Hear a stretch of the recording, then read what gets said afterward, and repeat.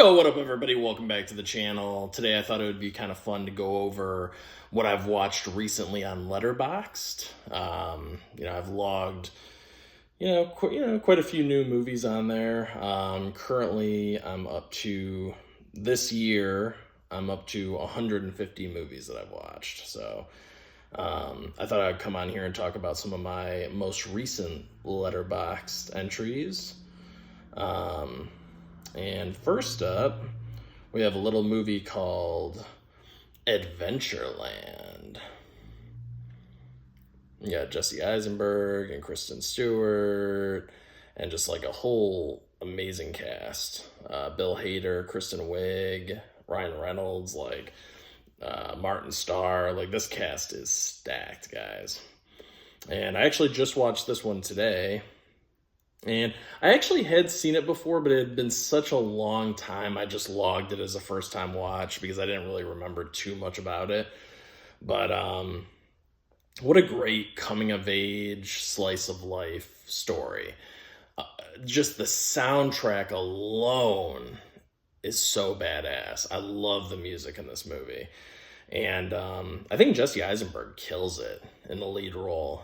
He's very believable as that kind of nervous, just starting his first job, or it's not his first job technically, but he's living in a new place now, kind of starting over. He moved away from his friends, and he needs to find work.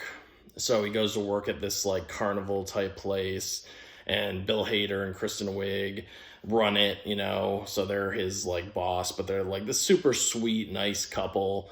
And they put him in charge of what do they call them? The games. He wants to do the rides, but he's in charge of the games.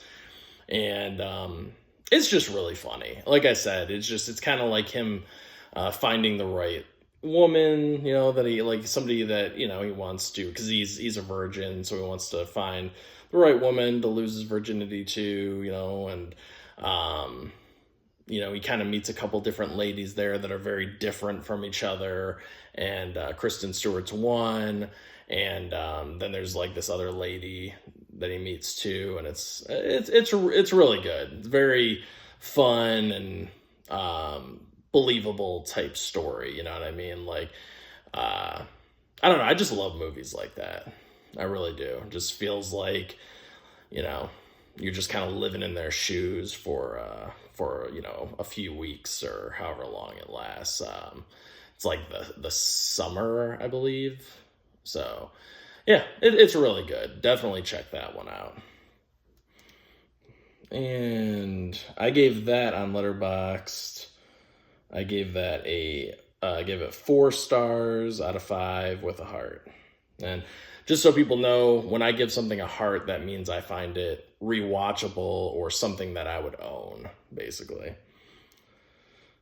All right, next up we have Truth or Dare from 2018. Oh, Adventureland's from 2009, by the way.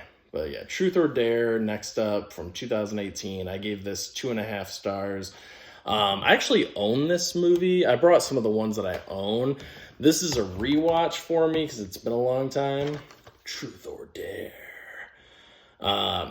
I didn't really, it was okay. It wasn't as bad as people were making it out to be on Letterboxd. It's just very generic, a lot of people were saying how it falls in the same vein as Final Destination. Some people said It Follows as well. I definitely wouldn't compare this to It Follows, but I read that from quite a few reviews. More like Final Destination, except for it's PG-13. There is an unrated cut, which is on here, but just the way the kills were filmed, they were kind of filmed to be PG-13, so they maybe added a little bit of extra CGI blood or something in there, but not much. It was okay. I actually thought the acting was pretty good from the whole cast, which is unlike me because usually I don't like the younger generation, the dialogue and all that kind of stuff. Especially nowadays with the Gen Z generation and stuff. I just don't relate to it. These guys were, I think, a different generation though. Because like I said, 2009, right? So a different generation. But the dialogue was okay. It's just some of the characters just felt very stereotypical. Like, you had the stereotypical gay guy who's like nervous to come out to his father, and then you had like the douchebag guy, and you had like kind of the slutty friend, and I don't know, just a little too generic. And but it's an okay watch. You can throw this on and have an all right time. Like, if you got to kill like an hour and a half, it's not the worst thing I've ever seen. But it will be leaving the collection. It's not going to stay here. So that is going bye. Yeah, but check it out. Maybe you'll like it more. I don't know. It gets really low ratings on Letterboxd. So I was like, Jesus. I was like, I didn't think it was that bad. I mean, I've definitely seen worse, but I gave it 2.5. No heart, obviously. Next up, I watched, actually, I'm going to throw a couple other ones out there that were, let's see, because I own these, and I got these from Disc Replay, and that is Boogeyman and Boogeyman 2. So Boogeyman, I thought, was absolute trash. I thought this was a horrible film. Very boring. It kind of feels like the director accidentally, like, fell asleep, hit the on button on the camera, like started recording, and it was like, it just recorded for like an hour and a half, or something. I mean, there was really nothing. It wasn't scary. There really wasn't any tension, and I just thought it was boring. I mean, it was very boring. You got Barry Watson as the star. He's the guy from Seventh Heaven. He played the oldest son in the show Seventh Heaven. But he's the lead in this. And I don't know, man. I was bored to tears watching it. I really was. I know some people say it's like a slow burn. I love slow burn movies. I'm going to talk about a slow burn movie in a little bit. But no, this was just boring. I just didn't like the story. I didn't like the characters. It wasn't scary at all. They barely even showed, like, the killer type thing, without, like, spoiling it or getting into it. But it didn't even, like, there were, like, no good kills or anything. I don't know. It's just, like, it was just so generic, man. It was just bad. It's just really, like, I wouldn't know, not even generic, just very poorly written and poorly directed. I didn't even like the look of the film. Like, the cinematography was bad. I mean, I really don't have anything nice to say about it. I gave this half a star on Letterboxd. Half a star. I'm sorry. There's nothing redeemable about it. So that is getting out of here. Get the fuck out of here. Get out of here. But that was a blind buy. So sometimes that's how it goes. But now Boogeyman 2, on the other hand, this was actually decent. I gave this 3 stars and a heart on Letterboxd. I think this is just more of like a fun whodunit slasher movie. It has really nothing to do with the first one. There's like a little callback, but it pretty much has nothing to do with it. You can just watch this and be good. And it's basically about this chick that checks herself into a mental institution because her and her brother, when they were kids, saw their parents get brutally murdered, and she's just been kind of unwell and stuff. And so she checks herself in there, and Tobin Bell plays like the main psychiatrist guy. And there's a lot of very recognizable faces. The middle child from Seventh Heaven is actually in this movie, which is funny because the lead, or the oldest brother in Seventh Heaven was the lead in the first movie. Now the middle brother in Seventh Heaven is in this movie. He's not the lead, but he's in it. I just thought it was funny. It's actually a really good supporting cast. Like I said, Tobin Bell from Saw is in there, which I thought was cool. Let's see. Yeah, I was actually quite surprised by who I saw in here. Let's see. You might recognize some of these names. We got Danielle Sevra. She's the lead. You got Matt Cohen, Chrissy Calhoun, Michael Graziabde, Mae Whitman, Renee O'Connor, Tobin Bell, Johnny Simmons. Johnny Simmons, from Jennifer's Body. He's been in a few movies. David Gallagher, that's the kid from Seventh Heaven. Suzanne Jameson, Leslie Margarita, just a lot of people that when you see them in the movie, you'll be like, oh, I know him or her, from like other movies and stuff. But yeah, I enjoyed this one. The killer was cool. It had like a decent score behind it. Really good kills, like very gnarly, brutal, disgusting kills in this movie, which I really enjoyed. This poster image is very misleading. I don't know, like it's not really this kind of movie, like what it's showing. This kind of makes it like almost more like a creature feature, like a ghost story. It's not really that. It's basically just a slasher movie. Kind of gives you the feels of like Dream Warriors because they're in the mental institution, or Bad Dreams if you've ever seen that movie. Kind of more like that. But yeah, I'd recommend checking it out. I give it 3 stars and a heart. It's a decent watch. It's a decent little slasher. I enjoyed it. All right, next up. And sorry for yammering. I go on and on. So feel free to just hit fast forward because I talk about these movies for too long. Next up, we've got. Let's see. We got. Throne of Atlantis. Throw a little DC animation in there. I gave this 3 stars and a heart as well. I like this movie. It's fun. It's got some good action set pieces. It's cool how, you got the whole Justice League in there, but it's actually like an Aquaman story. But that's kind of the problem with it. It's like, it's only an hour and 12 minutes, and it's trying to squeeze in like all the Justice League characters, and then do an Aquaman background story, and then also show us like Atlantis and like the Queen and what's going on there, and all the like political stuff going on down there. And it's too much to fit into a movie that's only an hour and 12 minutes. And that's with like credits and everything too, So I enjoy it for what it is. Cool animation, fun action, really good voice work. You got a lot of great voice actors in this. Actually, let me read off some of those, because the voice acting cast is nuts. So you got Sean Astin as Shazam. You got Rosario Dawson as Wonder Woman. Nathan Fillion as Green Lantern. Christopher Gorman as The Flash. Matt Lanter as Aquaman. Sumali Montano as Mira. Jerry O'Connell as Superman. Jason O'Mara as Batman. Shamar Moore as Cyborg. And, he's also in Criminal Minds. He's also in the show SWAT. So he's, you know him.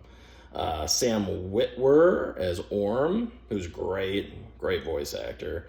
Just a huge, cast. Harry Lennox as Black Manta, who I thought was very underutilized in this. That was disappointing and kind of a waste of that actor's voice acting capabilities too. Juliet Landau as Lois Lane. Just it goes on and on, guys. A lot of great actors in this. But it's worth the watch for sure, especially if you like animated DC like action type movies. I'd check it out. Check it. Next up, we've got Vacancy, which I gave 4.5 out of 5 stars and a heart to on Letterboxd. Vacancy, I just love this movie.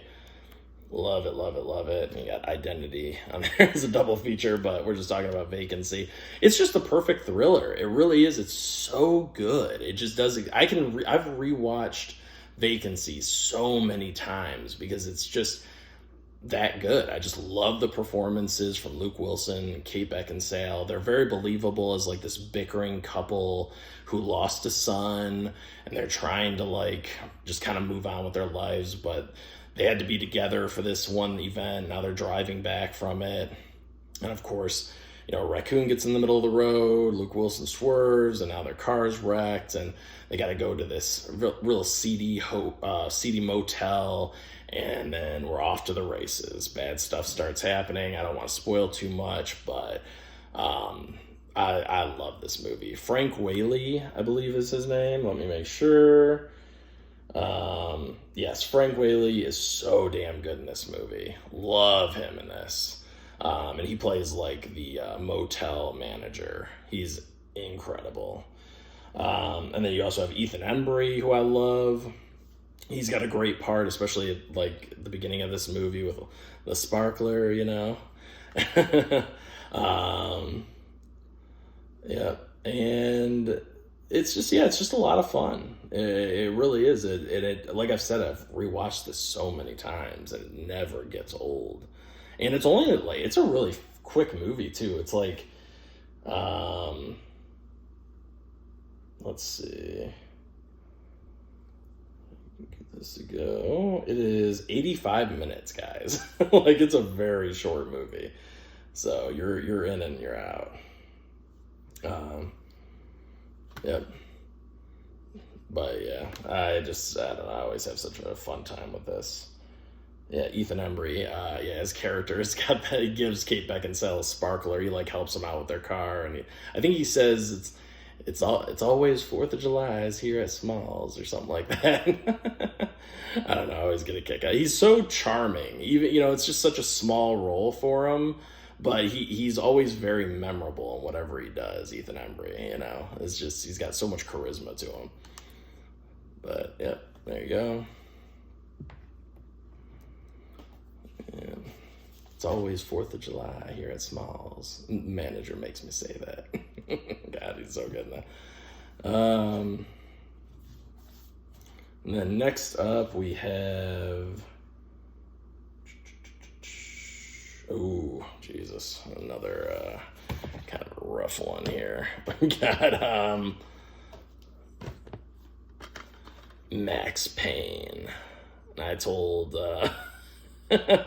oh, man. I told Allie, I'm like, oh, this was a Max Payne in my ass. And it really was. You know, I couldn't really remember much about this film. You know, I had seen it before, but I remember, I felt like it was very forgettable, and it was, because I clearly couldn't remember. I mean, as I was watching it, I was like, oh yeah, I remember this and that, but the story is just so, like, I don't know, it's just kind of boring. Once again, it's just, I could see some cool stuff in this, though. Like the cinematography, the drug that's in this movie. Because basically it's just about Mark Wahlberg's a cop, a detective, and years ago his wife was killed, and basically he's been like on the hunt for one of the killers that got away. You know, there were 3 killers, one of them got away, the other 2 he shot dead, and that's an easy enough, you know, like, okay, I like that. But then they add all these other characters and stuff. Like, you know, you have Ludacris playing one of the detectives, and he's a terrible actor. I'm sorry, I can't stand Ludacris as an actor. He's, you know, a good rapper and stuff, but I don't like him as an actor. And then, I don't know, you got like this one guy playing kind of like a, you know, politician type role, and, you know, it's just so obvious who he is or whatever. And it's just like, I don't know. You got Mila Kunis, who's trying to be a badass in this, but she's really not. I don't really like her acting in this either, and it just kind of takes me out of it. And, like I said, but there's some amazing visuals and cinematography and stuff. I believe it was edited by Hans Zimmerman, and I'm pretty sure that's what it said, because I was watching it as it was going by, and I was like, what? Yeah, film editor. Oh no, I'm sorry, it was Dan Zimmerman. Sorry, I don't know if he's related to Hans Zimmerman, but Dan Zimmerman. But yeah, it looked beautiful. It's just the story, you know, most of the acting was pretty bad, except for, you know, I thought Mark Wahlberg did an okay job, but yeah, there were some cool action set pieces, which were enjoyable. I liked this scene right here that they show right on the back. This Valkyrie taking this guy out the window. That was cool, and I liked how it was shot, too. But just not really my cup of tea. It's unrated. You get a little bit of extra CGI blood in there from the unrated cut. But yeah, this is definitely going out of the collection. I gave it 2 stars. It's watchable, but just not very good. Let's see. Oh my God. The Rule of Jenny Penn. This one I watched on Shudder. The Rule of Jenny Penn. This was a new movie added to Shudder. It's got Jeffrey Rush, John Lithgow, and basically Jeffrey Rush plays this judge who has a stroke, and he gets sent to this retirement home, and he's like pretty much confined to this wheelchair, and it turns out he's stuck in there with John Lithgow, who plays like this crazy, just this crazy person, I don't want to give too much away about him, but he's such an absolute terror in this film. And he just goes around and just fucks with all the other old people in this movie in very like menacing, diabolical ways. And one guy, just to give you a little taste of this, because John Lithgow's character, for one thing, he's got like blue contacts in. Every other tooth is like blackened out, so he looks really gross, right, and weird. And then he has like a puppet that he puts on his hand, and it's like this little doll. And he goes into the room where Jeffrey Rush is, and Jeffrey Rush has a roommate who's like laying in bed. And he goes in there and just starts terrorizing this guy. And he puts the little puppet up to the guy's face, and he's like, "Who rules?" And the guy's like, "Jenny rules." And he's like, "Okay." And then he flips over his hand to show his wrist here, but the puppet's still there. And he pulls up like the puppet's little thing, and he's like, "Okay, now lick Jenny's asshole." And he puts his wrist like this, and the guy has to like lick the back of his wrist, and it's just like, oh my God, because it's like the puppet's asshole, and it's just so wild, man. Now lick Jenny's asshole. It's just so fucked up. Oh my God. And when the movie's focusing on John Lithgow, it's phenomenal. It's so much fun. But then when you cut back to Jeffrey Rush and all that stuff, I don't know. I just wasn't as invested in Jeffrey Rush's character. It was kind of been there, done that. I've seen like what it's like, oh, everybody thinks Jeffrey Rush is kind of crazy, and he's trying to tell him like, no, this guy's a psycho, you gotta believe me, and nobody believes him. And it's kind of you've seen that a million times in movies, so I wish that they had done anything else. But it's cool, like the retirement home setting for a horror movie, I can't think of too many that have done that outside of like Bubba Hotep, right? So it's kind of interesting in that way, but I don't know. Basically, you're watching it for John Lithgow's performance, because he's just a menace. I mean, he's kicking people under tables. He's taking other old people's food and shit. I mean, it's pretty hilarious. It's really mean-spirited, but it's funny in a very dark way, too.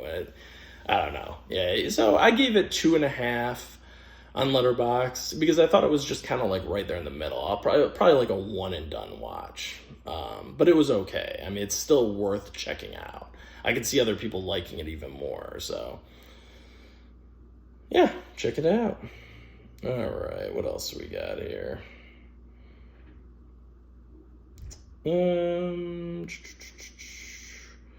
Well, we got Win-Win, which I really loved this one. I've been kind of on this Fox Searchlight Pictures kick, and Win-Win stars Paul Giamatti, and basically he's a lawyer, and he's also a wrestling coach, and he takes on this kid who kind of shows up, and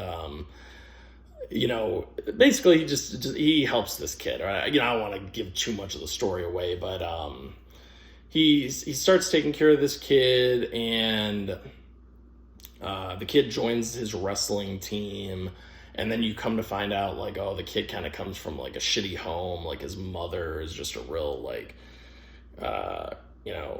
just a real piece of shit, basically. She's just not a good person at all. And she's played by Melanie Linsky. She does a great job. Bob Cannavale is in this. He's very funny. He's like the best friend to Paul Giamatti's character. He's hilarious. He's like the comedy relief.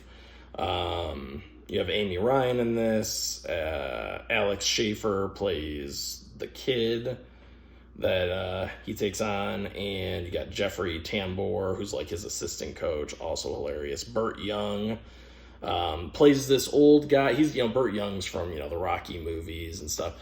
But in this movie, he plays this old guy who has become very senile. He's got severe dementia, and Paul Giamatti is his lawyer, and he convinces the judge to let him take care of him. But what he's really doing is instead of letting this old guy go back to his home to live, Paul Giamatti puts him in a retirement home and then pockets the money, because he gets like $1,500 a month basically for taking care of him. So what he's doing is he's taking some of that money and putting it towards a retirement home and then pocketing the rest, basically.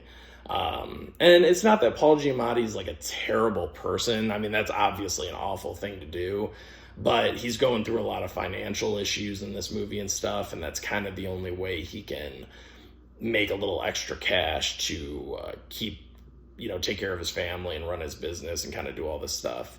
So he just sticks him in like this home, and he tries to help him and go see him and stuff, because obviously he feels bad, but the poor old guy just wants to go back and live in his house. And the kid that Paul Giamatti's taking care of is his grandson. So there's, some little drama and stuff there too that all ties in. But anyway, just go check it out. I gave it 4 stars and a heart on Letterboxd. Really loved that movie. It's a great dramedy, comedy drama film. But yeah, I think I'll leave it at that, guys. This video is already almost 30 minutes long. I don't want to keep boring you, but I've got plenty more movies on Letterboxd to talk about. So let me know what you think.